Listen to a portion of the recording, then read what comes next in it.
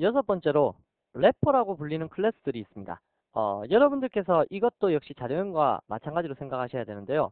자료형이라는 것은 자료를 저장하기 위한 공간의 크기라고 얘기를 했었는데, 이러한 공간의 크기를 설정하다 보면 각각의 바이트 수를 가지고 있기 때문에 메모리를 적절하게 조사해보면 데이터를 손쉽게 어떠한 자료형으로 선언되어 있는지 파악할 수가 있습니다. 그래서 자료들이 무엇으로 선언되어 있는지 약간 은닉화의 개념을 사용하고요. 은닉화나 아니면 이러한 자료들을 객체인 것처럼, 자바는 순수하게 전체가 전부 다 객체 지향이라고 있었습니다. 그래서 객체화 시켜서 관리할 수 있는 개념이 있지 않을까라고 해서 나타난 것이 바로 래퍼 클래스고요. 이렇게 은닉화시키고 객체화시켜갖고 사용하는 자료는 바로 효율적으로 관리가 가능하다. 객체를 통해서 관리하면 효율성이 높아진다. 뭐 그러한 개념으로 등장한 클래스가 바로 래퍼 클래스입니다. 이 래퍼 클래스는 어떤 패키지에 들어있냐면 java.lang이라는 패키지에 전체적으로 들어있고요. 밑에 다큐멘테이션 API를 한번 참고해 보라 라고 되어 있는데, 래퍼 클래스의 종류는 불리언, 바이트, 쇼트, 그 다음에 캐릭터, 인티저, 롱, 플로트, 더블. 우리가 8가지 자료형 배웠던 그 모든 것들의 첫 글자가 대문자라는 얘기입니다. 이러한 클래스들로 이루어져 있는 건데요.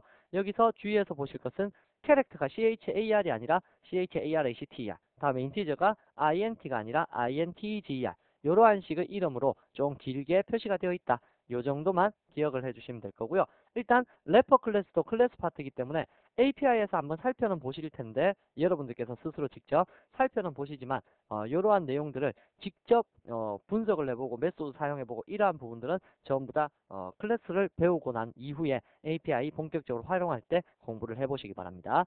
자, 그럼 여기서는 간단하게 래퍼 클래스를 통해서 우리가 앞서 배웠던 자료형의 최대 입출력 범위 있었죠? 최대 입출력 범위를 출력할 수 있도록 하겠습니다. 이러한 래퍼 클래스는 전부 다 몇 바이트냐면, 선언을 하시게 되면 우리 아까 각각의 자료형별로 1바이트부터 8바이트까지 있었죠? 얘네들은 전부 다 주소만 기억하는 레퍼런스 변수이기 때문에 4바이트입니다. 이제 앞으로 충분히 설명이 되겠지만 레퍼런스 변수라는 거, 이러한 단어가 나왔는데요. 이 단어로 되어 있는 변수들은 전부 다 4바이트입니다. 시스템 바이트 수입니다. 일단 넘어가도록 할 거고요.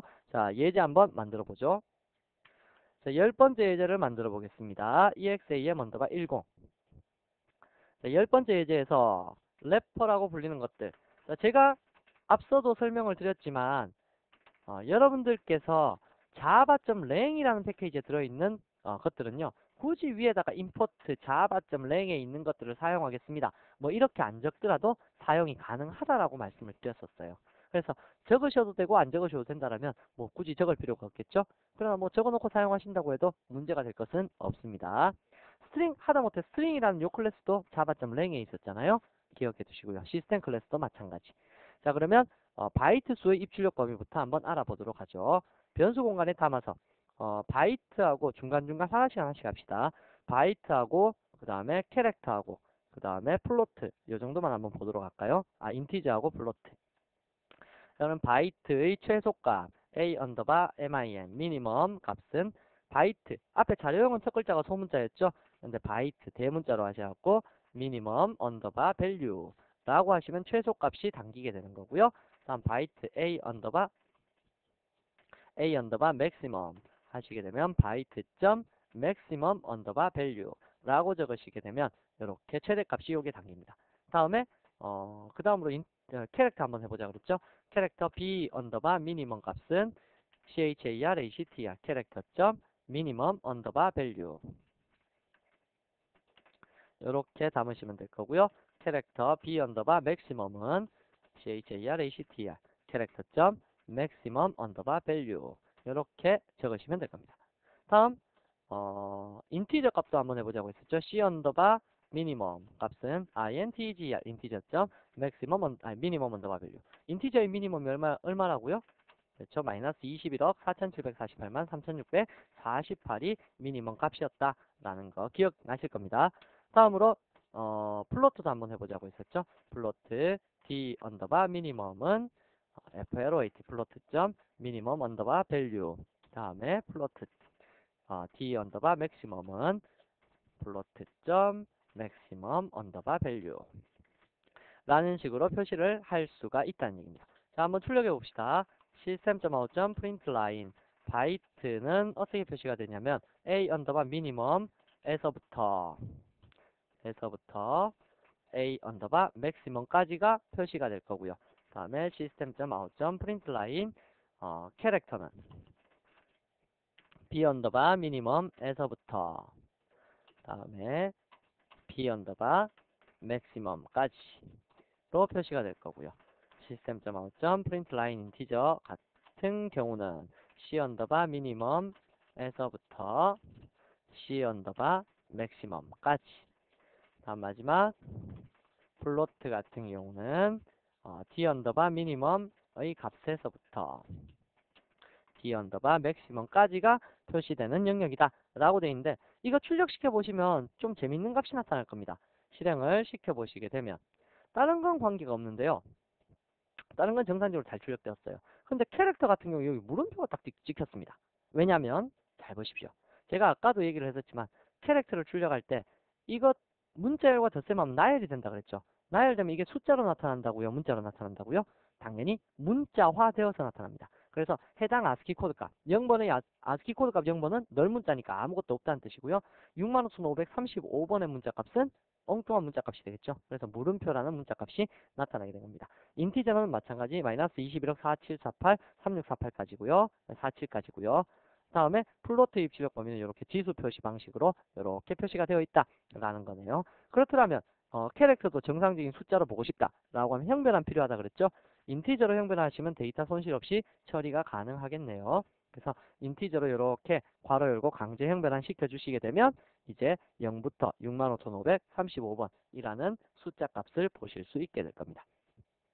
바로 이러한 부분이 래퍼라고 불리는 클래스들 이용하는 부분이라는 것 기억해 두시기 바랍니다.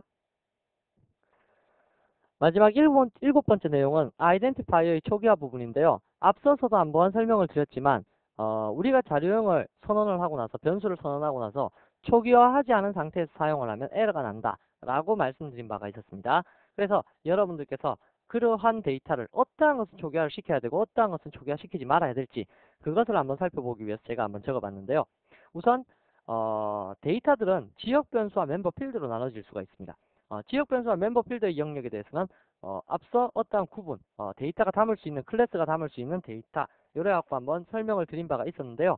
그래서 다시 한번 보자면 자, 이 부분에서 예를 들어 클래스라는 영역이고요. 앞에 뭐 특정한 지정어 같은 부분에 대해서는 여러분들 신경 크게 안 쓰셔도 될 겁니다. 일단 개념만 설명하려는 거니까요. 자, 이 부분에 만약에 이렇게 전역적인 개념으로 인티저 x는 100이라는 값이 선언되어 있다 라고 가정합시다. 이거 스태틱이라고 할게요. 이렇게 x라는 값이 선언되어 있다 라고 가정을 하고요. 이쪽 메소드 내부, 이쪽이 메소드죠. 그래서 메소드 내부에다가 y라는 것을 하나 선언했다고 가정을 합시다. 이때 얘를 출력을 시켜보겠습니다. x는 하고 x를 한번 출력시켜봤고요. 다음에 y는 하고 y를 출력시켜봤습니다.